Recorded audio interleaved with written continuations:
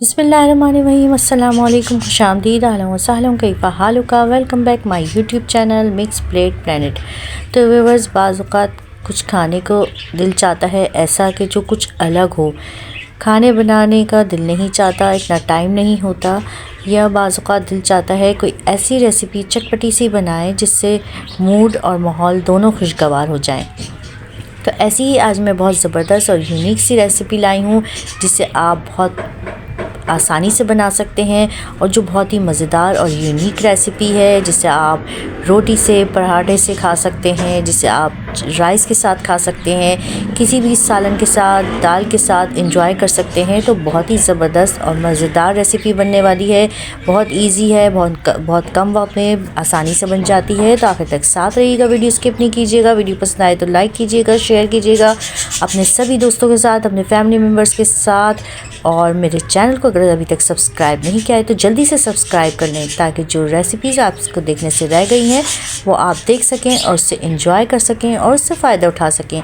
तो हमने इसके साथ ही लिया है एक खीरा, और जो बाज़ार में आसानी से मिल जाता है, घर में अक्सर मौजूद होते हैं। तो इसे हमने लेना है, वॉश कर लेना है और इसके ऊपर और नीचे से कट कर लेना है, और इसके साथ ही इसके बीजों को भी इस तरीके से निकाल लेना है। तो बहुत ही आसान है, बहुत ही मज़ेदार है, और बस इसे बनाने की कुछ ट्रिक्स हैं जो आपको हम बताएंगे, और बहुत ही न्यू और यूनिक रेसिपी है। तो आपको इंशाल्लाह ज़रूर पसंद आएगी। इस तरीके से हमने खीरे को पहले 4 स्लाइसेस में करा और उसके छुरी की मदद से इसके बीजों को बहुत आसानी से निकाल लिया है। अब हम इसे कट करेंगे बहुत इजीली। आप इसे किसी और तरीके से, किसी और शेप में भी कट कर सकते हैं, लेकिन ये शेप अगर आप बनाएंगे तो बहुत ही अच्छा और यूनिक लगेगा और बहुत ही खूबसूरत लगेगा। इस तरीके से हम इसे स्लाइसेस में काट लेंगे। हमने कुछ तिरछे यानी आड़े इसको स्लाइस करा है खूबसूरती के लिए, तो बहुत खूबसूरत लगेंगे ये। इस तरीके से हम सारे जो पीसेस हैं उनको स्लाइसेस में कर लेंगे। इसे आप सैलेड के तौर पे भी खा सकते हैं, बहुत मज़ेदार लगता है। स्पाइसेस आप अपनी मर्ज़ी से कम ज़्यादा कर सकते हैं और बहुत अच्छी चीज़ बनती है, बहुत मज़ेदार बनती है। खीरा ऐसी सब्ज़ी है जिसे हम सैलेड के तौर पे यूज़ करते हैं, बहुत ही फ़ायदेमंद होती है स्किन के लिए, हेल्थ के लिए बहुत ही फ़ायदेमंद सब्ज़ी है ये, और सैलेड के तौर पे इस्तेमाल करते हैं इसे हम। जो डाइटिंग करते हैं जो लोग, वो भी इसे इस्तेमाल करते हैं, और ब्लड प्रेशर वालों के लिए तो बहुत ही ज़बरदस्त है ये, बहुत ही फ़ायदेमंद है। और इसके अलावा इसका जूस भी बनता है, रायता भी बनता है, लोग बहुत शौक़ से खाते हैं। इसका जूस भी बहुत शौक़ से पिया जाता है। तो मैंने एक खीरे के जूस की रेसिपी अपने चैनल पे अपलोड की हुई है, उसकी लिंक मैं डिस्क्रिप्शन में दे दूँगी, आप उससे ज़रूर फ़ायदा उठाइएगा। उसमें मैंने खीरे के बेशुमार फ़वाइद भी बताए हैं जो आपके लिए बहुत फ़ायदेमंद हो सकते हैं और आपके काम आ सकते हैं। तो बहुत ही ज़बरदस्त रेसिपी है। इसका एक फ़ायदा ये भी है कि खीरे के स्लाइसेस को आँखों पे रखा जाए तो जो आँखों में हल्के मौजूद होते हैं, गहरे सिया हल्के हो जाते हैं लोगों के, तो उसमें भी कमी हो जाती है, और इसको खाने से, उसका जूस पीने से बहुत ही फ़ायदा होता है। तो इस तरीके से हमने इसके स्लाइसेस कट कर लिए थे सारे। अब हम इसे एक बाउल में डाल देंगे इस तरीके से। इसके साथ ही हम लेंगे एक प्याज, दरमियाने साइज़ की हमने प्याज ली थी, उसके छिलका उतार लिया था, और उसके बाद हम इसे 2 पीसेस में करेंगे और इसके हम स्लाइसेस कर लेंगे इस तरीके से। तो दोनों ही पीस के हमने स्लाइसेस कर लिए थे, इस तरीके से हमने स्लाइस करने हैं। और अगर आप ज़्यादा बना रहे हैं तो आप ज़्यादा ले लें, खीरा और प्याज की क्वांटिटी बढ़ा लें, बहुत टेस्टी और मज़ेदार बनती है। एक बार ज़रूर ट्राई कीजिएगा ये। तो इस तरीके से हमने प्याज को स्लाइसेस में कर लिया था, और इसको स्लाइसेस में करने के बाद हम इसके अलग कर लेंगे, जो इसके पीस हैं इनको अलग अलग कर लेंगे, इनके लच्छों को, और इसको इस तरीके से अलग कर लेना है और इसको मिक्स करेंगे। और मिक्स करने के बाद हम इसमें डालेंगे नमक, और नमक डाल के हम इसे कुछ देर के लिए छोड़ देंगे ताकि ये अच्छा सा इसका पानी निकल आए, जो इसमें एक्स्ट्रा पानी होता है तो वो निकल आए। हमें उस पानी की ज़रूरत नहीं है। इसमें हम इसके नमक लगा के 15 से 20 मिनट के लिए हम इसे रख देंगे नमक लगा के। अच्छे तरीके से इसको हाथों से मिक्स कर लें ताकि इसमें अच्छे से लग जाए नमक। आप 1 से 1.5 टीस्पून तक इसमें नमक डाल सकते हैं। इतने एक खीरा और एक प्याज अगर आप लें, और इसे लगा के हम रख देंगे ताकि इसका एक्स्ट्रा पानी निकल आए। और इसके साथ ही हम लेंगे लहसुन की, हमने चंद कलियाँ ली थी, उसको इस तरीके से हम बारीक बारीक स्लाइसेस में काट लेंगे और इससे बहुत अच्छा टेस्ट आएगा लहसुन से, और लहसुन भी आपको पता है हमारी सेहत के लिए बहुत फ़ायदेमंद है। तो इसके हमने इस तरीके से स्लाइसेस कर लिए हैं। इसके बाद हम लेंगे हरी मिर्च या लाल मिर्च, इस तरीके से लेने हैं।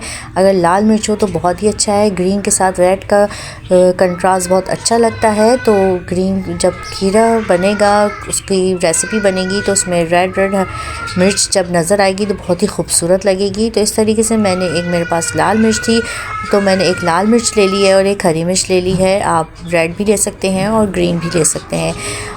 इस तरीके से हम इसे भी स्लाइसेस में काट लेंगे बारीक बारीक। तो 2 मिर्चों को मैंने ले लिया था और इस तरीके से बारीक काट लिया था।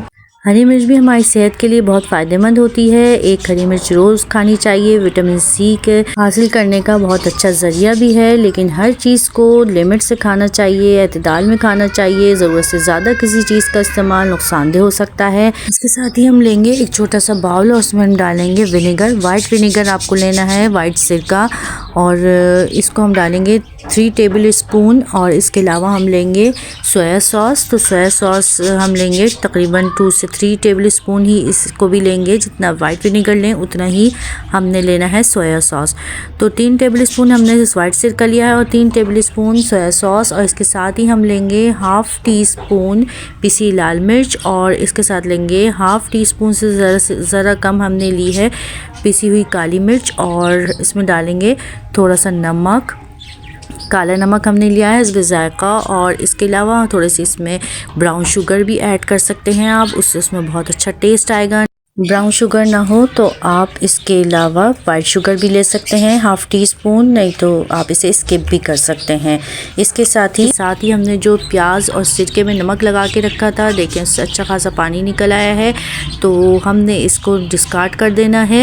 इसके साथ ही हम लेंगे एक खूबसूरत सा पैन और उसमें हमने डालना है ऑयल हम डालेंगे ऑलिव ऑयल यानी जैतून का तेल हमने लिया है 2 से 3 टेबल स्पून।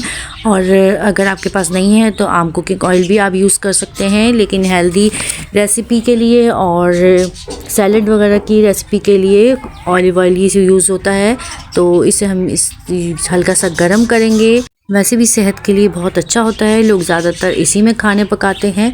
तो इसको हल्का सा गर्म करने के बाद इसमें हम लहसुन और हरी मिर्च और लाल मिर्च जो हमने कटिंग करके रखी थी खूबसूरती के साथ, उसको हल्का हल्का फ्राई करेंगे। इसको हमने कलर नहीं देना और डार्क ब्राउन नहीं करना, इसका कलर ख़राब नहीं करना, बस हल्का सा फ्राई करना है कि अच्छी सी खुशबू आने लगे और अच्छा सा टेस्ट निकल आए इसका। और इसके साथ ही हम जो हमने सॉस बनाया था वाइट विनेगर का और सोया सॉस का, और इसमें जो हमने कुछ स्पाइसेस भी डाले थे और वो हम इसमें ऐड कर देंगे और इसे अच्छा सा पकने देंगे। ज़रा सा जब ये पकना शुरू हो जाएगा तो इसके साथ ही हम प्याज और खीरे का जो हमने स्लाइसेस करके रखे थे वो इसमें ऐड कर देंगे और इसमें अच्छा सा मिक्स करेंगे। बिल्कुल सॉस को आपने ड्राई नहीं कर लेना, उसको हल्का सा बस पकाना है। उसके साथ ही इसमें हम ये जब वेजिटेबल्स डालेंगे और इसको मिक्स करेंगे तो बहुत अच्छा सा टेस्ट इसमें आ जाएगा, मसाले में मिक्स हो जाएगा, सॉस में बहुत अच्छा टेस्ट आएगा निकल के। और इसे हमें मिक्स कर लेना है, इसे इतना नहीं पकाना कि ये खीरा और प्याज सॉफ्ट हो जाए,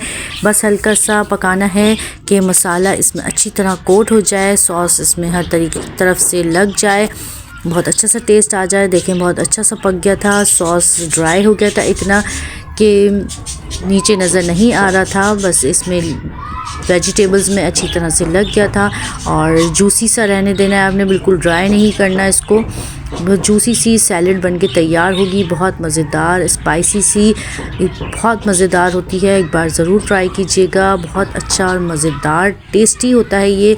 इसे आप रोटी से ऐसे ही भी खा सकते हैं और इसे सैलड के तौर पे भी खा सकते हैं। आप इसे ऐसे स्पून से खाएं शाम की भूख में, या अगर आप खाने से पहले सैलेड लेते हैं तो उसमें भी आप इसे इस्तेमाल कर सकते हैं।